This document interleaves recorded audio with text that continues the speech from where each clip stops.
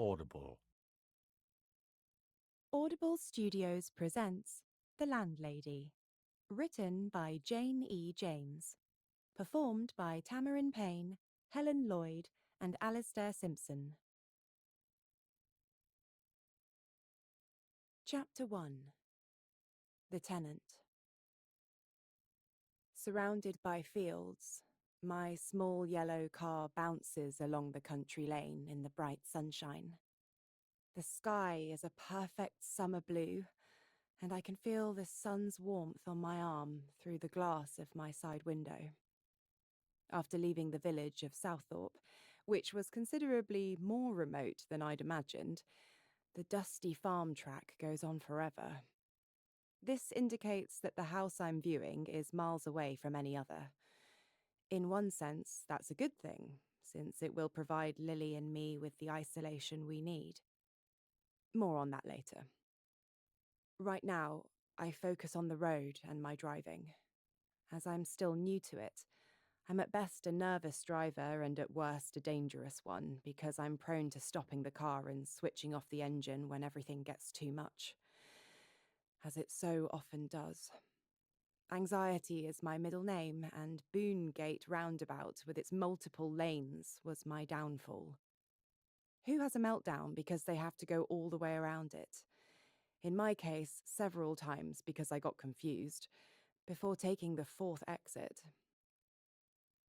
Souththorpe in Cambridgeshire is a sought-after location as it's convenient for people like me who work in Peterborough and is close to the A1 and A47. As for Rose Cottage, I'm starting to believe it doesn't exist because it doesn't appear on the sat-nav at all. Mrs. Skinner, the landlady, said she'd meet me at the cottage at 2 p.m, but as usual, I'm running late. I wonder if this will go against me. The woman sounded pleasant over the phone, but will she take one look at my tattooed arms, purple hair, and ripped jeans and decide no chance? The cottage finally appears around the next hedge-lined corner. As soon as I see it, I instantly forget about being late and the trauma of driving here. Everything about Rose Cottage is picture perfect. It has a thatched roof, sash windows, and velvety red roses around the front door. There is a lovely walled garden with wildflowers rising above it, seemingly trying to escape. I immediately picture my daughter, Lily, playing in this garden, where a wooden swing is suspended from a giant tree. Here she could play safely for the first time in her life. Safety is a priority for us after everything we have been through at the hands of her abusive, controlling father. As I get out of my car to take a better look, I notice a muddy Land Rover Discovery parked in the gravel driveway. Like my Fiat Panda, it is a little ancient and has a dent in one side. I force a smile onto my face, not knowing if anyone is inside it because of the darkened privacy glass. Hello? I hesitate before calling out because it suddenly dawns on me that I'm alone in the middle of nowhere. It is possible that I could have been set up by a serial killer who preys on potential tenants, and that Mrs. Skinner does not exist. This raises the question of whether Lily and I, being townies, can adapt to living in such a remote area. Or will I end up becoming even more of a nervous wreck than I am now? "Molly, is that you?" someone shouts. A woman emerges from the rear of the property. As I approach her and extend my hand, she looks on in wide-eyed amusement. When it comes to shaking hands, I've always been socially awkward, and it shows. Laughter lights up her face as she sneaks past me to give me a bone-crushing hug, which not only feels inappropriate, but increases my anxiety. "It's lovely to meet you. No daughter today, then? That's a pity, as I would have liked to meet her. Come in. I've just made a pot of tea. You do drink tea, don't you? It's just Builders, I'm afraid. I don't have anything fancier." "Builders is fine, but no milk, thanks," I tell her, meekly following her into the house. While she chatters away non-stop, I couldn't tell you about what. I gaze admiringly at the stone walls, beamed ceilings, and quarry tiles. We're in the Shaker-style kitchen, which is unexpectedly spacious and light, with enough space for a sofa and a dining table. Lily and I could eat together properly for once instead of eating off a tray in our laps, as we currently do at the Women's Refuge. But can we afford a place like this? Even with universal credit payments to help with our living costs. Although it's discriminatory, some landlords refuse to take tenants on benefits. I should know, but it's not like I don't have a job. Ever since I left school, I've worked. I'm no charity case. My chin lifts at the thought of being regarded as such. Mrs. Skinner pats the kitchen stool beside her and says invitingly, "Come and sit down, dear. I want to hear all about you and your lovely daughter." I mumble into my mug. There's not much to tell, because I really don't like talking about myself, and then nearly choke on the hot liquid as I realise she must have added at least 3 spoonfuls of sugar without asking if I take it or not. Who does that? Nonsense, she insists. What is your daughter's name? Lily. And how old is she? 5. I reply on auto cue, wondering where she is going with this. I expected to be questioned about my financial situation and whether I had secured a guarantor or not, that sort of thing. Not this. And you've been separated from your partner for how long? This is personal stuff, which I assume the letting agent has shared with her. Unsure how to react, I ask, is that relevant? If we are to be landlord and tenant, we mustn't keep any secrets from each other. She tuts, pulling a wounded matriarchal face. Are we landlord and tenant, though? Do her words imply that I've passed an invisible test? Is she prepared to take me on without any references? There is one thing you should know, Mrs. Skinner. I begin to explain. Pearl, please, she interrupts, adjusting her long, tweed skirt around her ankles as she takes a genteel sip of tea. Pearl, I grudgingly concur, as it seems too familiar for a woman of her generation. She must be 70. Although I'm considered quirky with my multiple ear piercings and short pixie hair, she is an extraordinary-looking woman who dresses simply in an Amish style. Her thick grey hair is so long, I assume it has never been cut and is worn in a plait down her back that makes me think of a horse's tail. She wears a paisley headscarf over the rest of her head and sandals with socks on her enormous feet. Realizing that she is staring expectantly at me, I tell her reluctantly, "You should know that although I work for a living, I also claim benefits." Lying about this is pointless, as she will eventually find out, and then I'll be rejected again, just like I have been many times before. This must be the 20th property I've viewed in as many weeks with no success. There's no use pretending our situation isn't desperate. That's understandable, given your circumstances, she observes kindly. You don't mind? I gasp. On the contrary, we are a church-going family who believe in helping others less fortunate than ourselves. Oh, I think it only fair to tell you that I don't believe in God. A second later, I regret my confession. She's bound to show me the door now. As expected, she pulls a face and frowns, which makes my heart sink, before going on to say, "But he believes in you, and that's what matters." Does that mean I get the house? I flash her a grateful grin. She doesn't realise how indebted I am to her if that is the case. Despite being what my dad would have described as a character, she seems nice. Motherly, even. It does. But first, let me be as honest with you as you have been with me. Not all tenants would be happy to find themselves living in such close proximity to their landlord. There's no getting away from the fact that we'll be neighbours. So, if you have any concerns, now is the time to speak up. Do I have any concerns? The situation is not ideal, obviously, but who am I to complain, especially when the letting agent was so upfront about it? The only other option I've got is to remain at the refuge indefinitely. I shake my head. No concerns. Grand. Pearl beams. Now, let me show you the rest of the house. Each room is perfect, as I knew it would be. The main bedroom even has a small ensuite, and the second bedroom, which is to be Lily's, has already been painted pink. It's as if the house had been expecting us. The unsightly large brown furniture that practically fills every space is the sole drawback.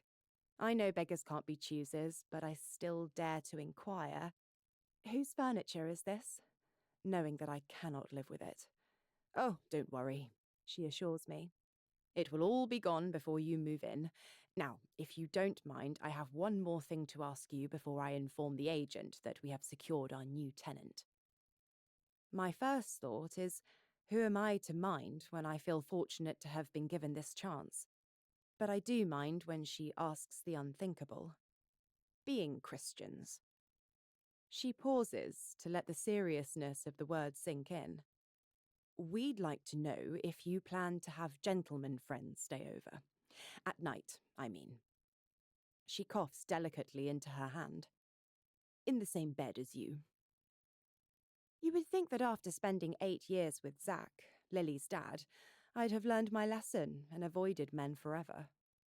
But then Liam came along, not exactly to sweep me off my feet, but to provide a calming stability that I've never known before.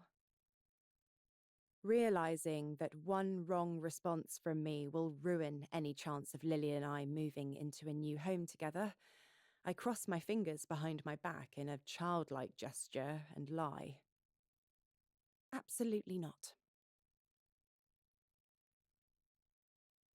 Chapter 2. The Landlady.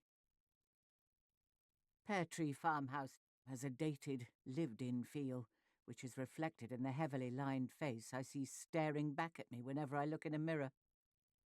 It's a face I no longer recognise.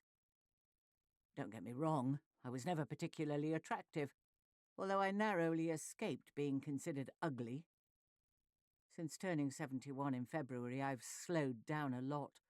I never used to be one to nap, but these days I doze off at the drop of a hat. Is it surprising, given that I have a surly, uncommunicative husband who does nothing around the house and an equally lazy adult son still living at home? When I was first married 40 years ago, I hoped for a baby girl to come along, who would provide me with some female company. I imagined we would be friends, and that she would help me around the house when she grew up, at least until she was married. But instead, I was blessed with a son, one useless son, I might add. Meeting Molly today has reminded me of how much I once craved a daughter, and it's left me feeling melancholic. Mr. Skinner and I originally planned on having a large family to help take care of us in our old age. But God had other ideas, and it was not to be. Even though I have rheumatoid arthritis in my hands and knees, I struggle alone in this big, old, drafty house, frequently slogging from dawn to dusk. Although housework is traditionally seen as women's work in our faith, it wouldn't hurt the men to pick up after themselves occasionally or wash up once in a while. Fat chance of that happening, though.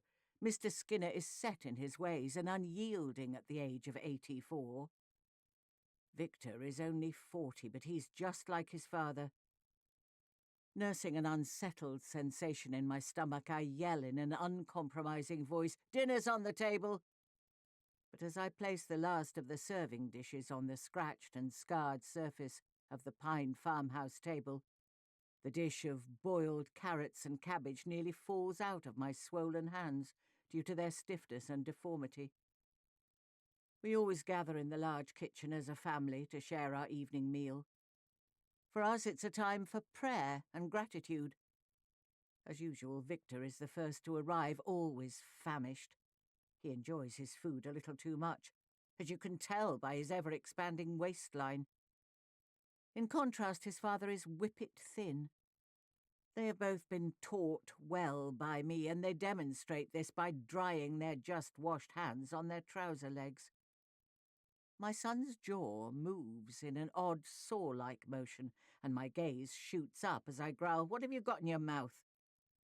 He scrapes back a chair and sits himself heavily at the table, murmuring casually as if it were no big deal, "Just gum." "Chewing gum stays in your stomach for 7 years," I snort in horror, gluing my astonished gaze to my son's fleshy face. He tucks the edges of his napkin into the collar of his checked flannel shirt and complains breezily, "That's just another of your old wives' tales." "Give it here," I demand, as I hold out my hand expectantly. "Mum," he protests, pulling a disgruntled face. "I won't ask a second time, Victor," I threaten, staring him down.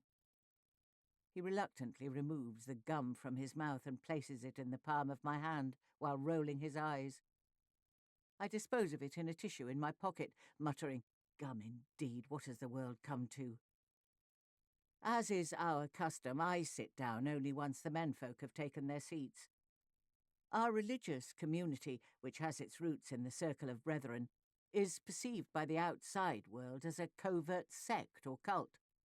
We are labelled as secretive because we limit interaction with non-brethren and adhere to a rigorous interpretation of the Bible as taught by our leader, Undertaker Bill, who has no teaching credentials to speak of, but remains steadfast in his devotion to the Church and our Christian values. "Have you found out when the new tenant is moving in?" Mr. Skinner asks, his watery blue eyes glimmering with pound signs. "As soon as the paperwork is completed in about 2 weeks. Victor twitches an indecent smile. "Is she pretty?" It doesn't surprise me that this is the first thing my son wants to know. He thinks I'm unaware of the sinful things he gets up to in his room. But I'm not so old that I can't recall what it was like to be young and to be tempted by improper sexual cravings. If his father discovered what TV shows his son watched late into the night, he would whip him half to death.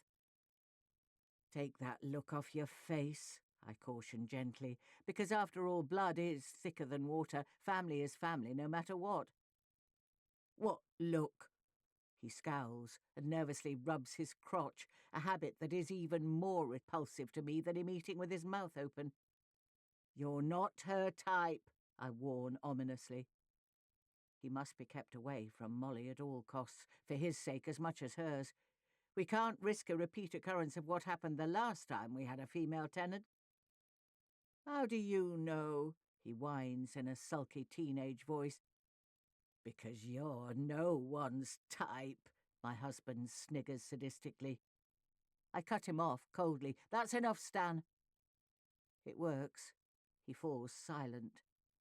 It is one thing for me to criticize my son, but I won't permit anyone else to do so, not even the boy's father. To Victor, I say, "You'll marry into the church or not at all." But I fear that no sane woman will take him on. An ongoing concern is what will happen to him when we are both gone. My son is not considered normal.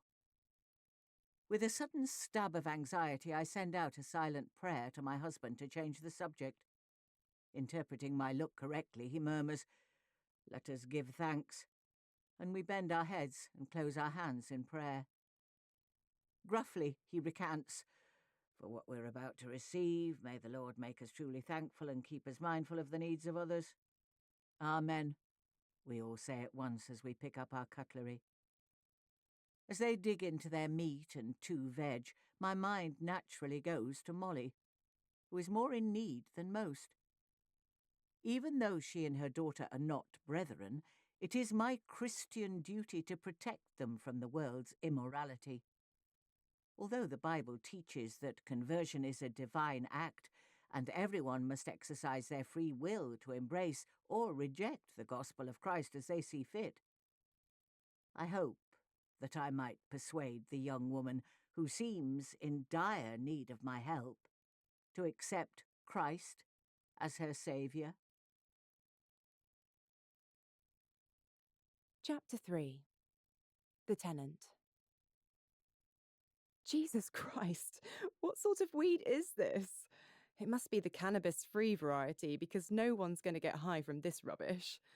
I snort with laughter as I stride shamelessly naked across the room to throw myself onto the rumpled, sex-smelling sheets of Liam's bed.